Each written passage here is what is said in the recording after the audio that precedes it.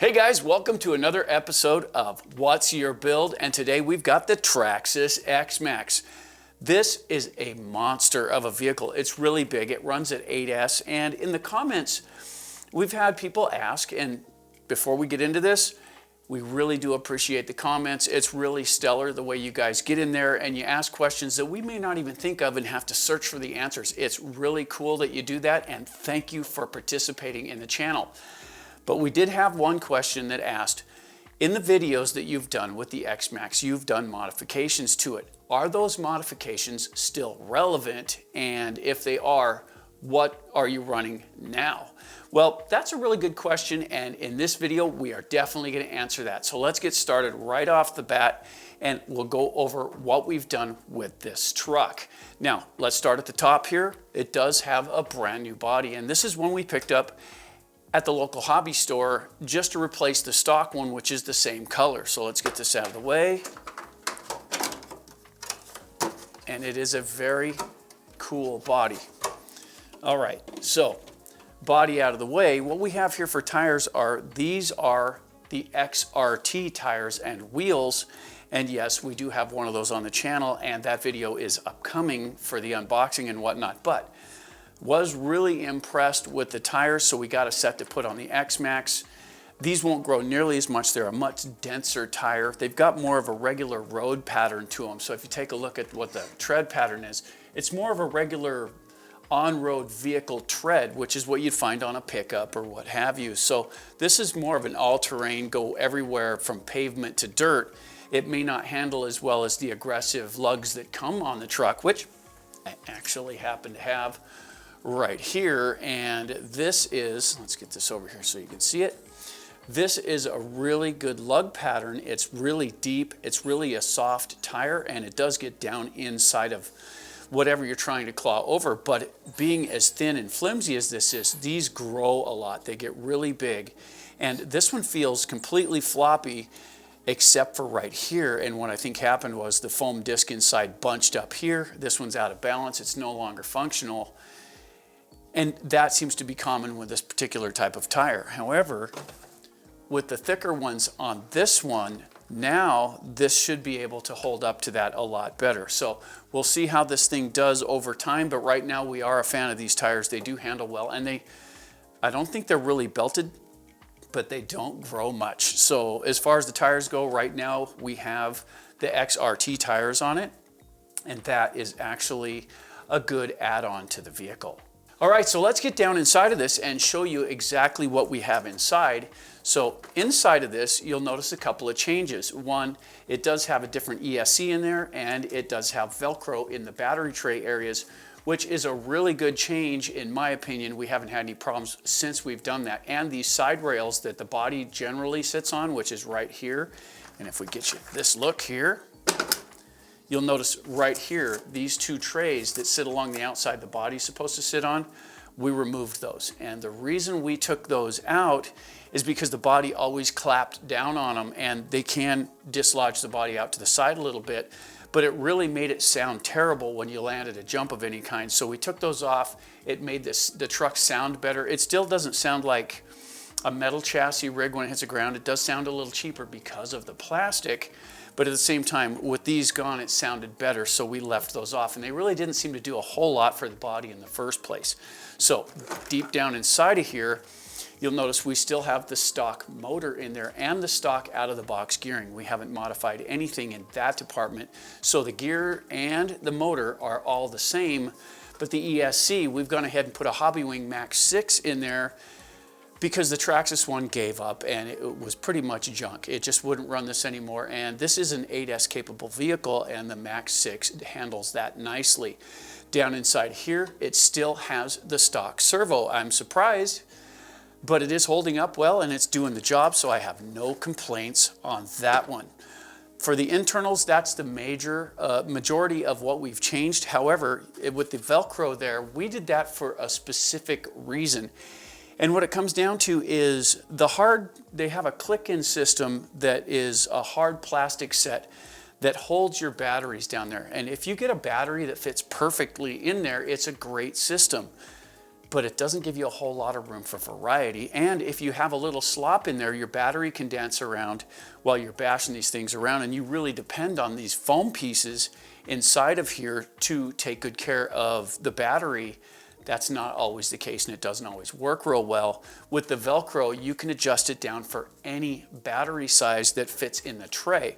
And the nice thing about that is when you get a battery in here, the way you see this right now, it's over this rail, but that's just temporary. We don't go over this rail right here when we're strapping the battery down. It just loops the battery. And what we did was we cut slots in the bottom of the tray, and we'll show you how where we put those. But we cut slots, pulled the Velcro through it, and that allows us to cinch the battery down good and tight to the chassis so it doesn't lift and slop. It holds it nice and snug, which also helps from getting debris under the battery that you can bash into the battery and cause damage to the battery. So this, in my opinion, is a better setup, but you have to be brave enough to cut your chassis to get it done. Now, we've really tortured this truck, and we haven't had any failings in the chassis, especially due to the modifications, but it's not a huge thing. We will definitely show you what we've done on that as far as how we ran it through the body. It's not a huge thing, and it's not some technological deal. We just put some slots in there to let the Velcro go through, and that works really well. So that's what we have on the internals here. As far as the radio system goes, we changed the radio over to a 6-channel Spectrum system. It's got AVC in it, which is nice, but we switched it over because I don't really like having to pull up an application to adjust my vehicle. If you're having issues with your phone, if you're having issues with it logging into it, you got problems. With this system, it's right in the radio itself, and we paired that up to a DX5C. So this is the radio now that runs this truck, and everything's in the menu. So you can set up everything you want. You can set up how far your travel is for your steering. You can set up how strong your brakes come on. You can set up your AVC. Everything is controllable in this system. Now, this isn't the easiest system to understand. The menu can be a little bit confusing, but at the same time, it's still a good system, and it works really well. We get full throttle out of the speed control now, instant punch. We got the punch setting at medium, right in the middle range there, so it's not off the chain. It's really controllable, but you still do get top speed out of it, which is really good. Being able to set all that up is a real advantage, and we've gone that route with this. Moving to the outside of the vehicle now, if you take a look here, you'll notice that we've got RPM arms in this thing. And here, let's look at it this way. So you'll notice that we put the RPM arms on it in favor of modifying it from stock, because the stock ones, we did have problems breaking them. And this isn't a version 2. This vehicle came out before the version 2 did. So with these arms, that was kind of a thing. But that's not all. We also changed the hub carriers from the outside over to RPM as well, because the factory ones that came on this were perforated. I don't know if they did it to save weight, but it made it kind of a light piece. And the outdrive carriers, the hub carriers, we broke several of them, and it didn't take hardly anything to break them. One sideways land and it would snap them. With the RPMs, they're a much more rugged replacement, and we haven't had any problems since we changed those out. As far as the steering links go, that's right in here. We kind of went against our normal rule on this, which is on the outside here, right in here, it's flexibility. So you want this to be flexible to absorb any kind of impact you may have. Just, it won't take a dead stop, but it will flex for certain impacts. So you want this to be able to flex. Well, when you get into the steering links here, these right here, these should be flexible as well. But the stock ones are relatively brittle, and we've broken several of those. And that's not a good thing. So we put aluminum ones here, so it removed the flexibility from this point. The arms haven't broken, but we have broken 2 of the bell cranks. And the bell cranks are this portion right down in here. So the bell crank set right there, it's a real easy fix when you have to replace that. It's real simple. There's several screws to take off the top. The plate comes off. You can pop the bell crank set out pretty easy and replace that. So it's not a difficult fix. That is the lesser of 2 evils. If I went ahead and boosted this up and made the bell crank stronger, then we would risk breaking something that might require part of the chassis to be replaced. because those only mount to that area of the chassis. And if you break one of those off, there's only one way to fix that. So I want it to fail at the bell cranks because it's an easy and inexpensive replacement. This truck here has been pretty inexpensive to have on the shelf, but the tires are relatively expensive, but that's to be expected for the size of the vehicle. So that being said, the one thing we haven't talked about yet are the shock absorbers. And if you take a close look here, you'll notice that it still has the stock shock absorbers all the way around it. And we have had absolutely no problems with the shocks in any way. They've worked perfectly. They still have the fluids in them. We haven't had to do any repairs or modifications to them. They're holding up quite nicely, but we are on our third set of bumpers, front and rear. So we've broken the bumpers a few times, but that is still the original wheelie bar. So I'm surprised at how well that holds up. When we run this in cold, heat, it doesn't matter. Up here in the Northwest where we're at, it gets pretty cold, and right now it's actually frozen outside, and we've got a couple inches of snow on the ground that has turned to ice. And so being able to hold up to those conditions is really important for a lot of people in the Northern Hemisphere. And these arms and the components we have do hold up very well. So for those of you that got all the way to the end of this thing, we've compiled a little montage of some of our favorite moments with the Xmaxx. And so for those of you that did make it this far, check this out.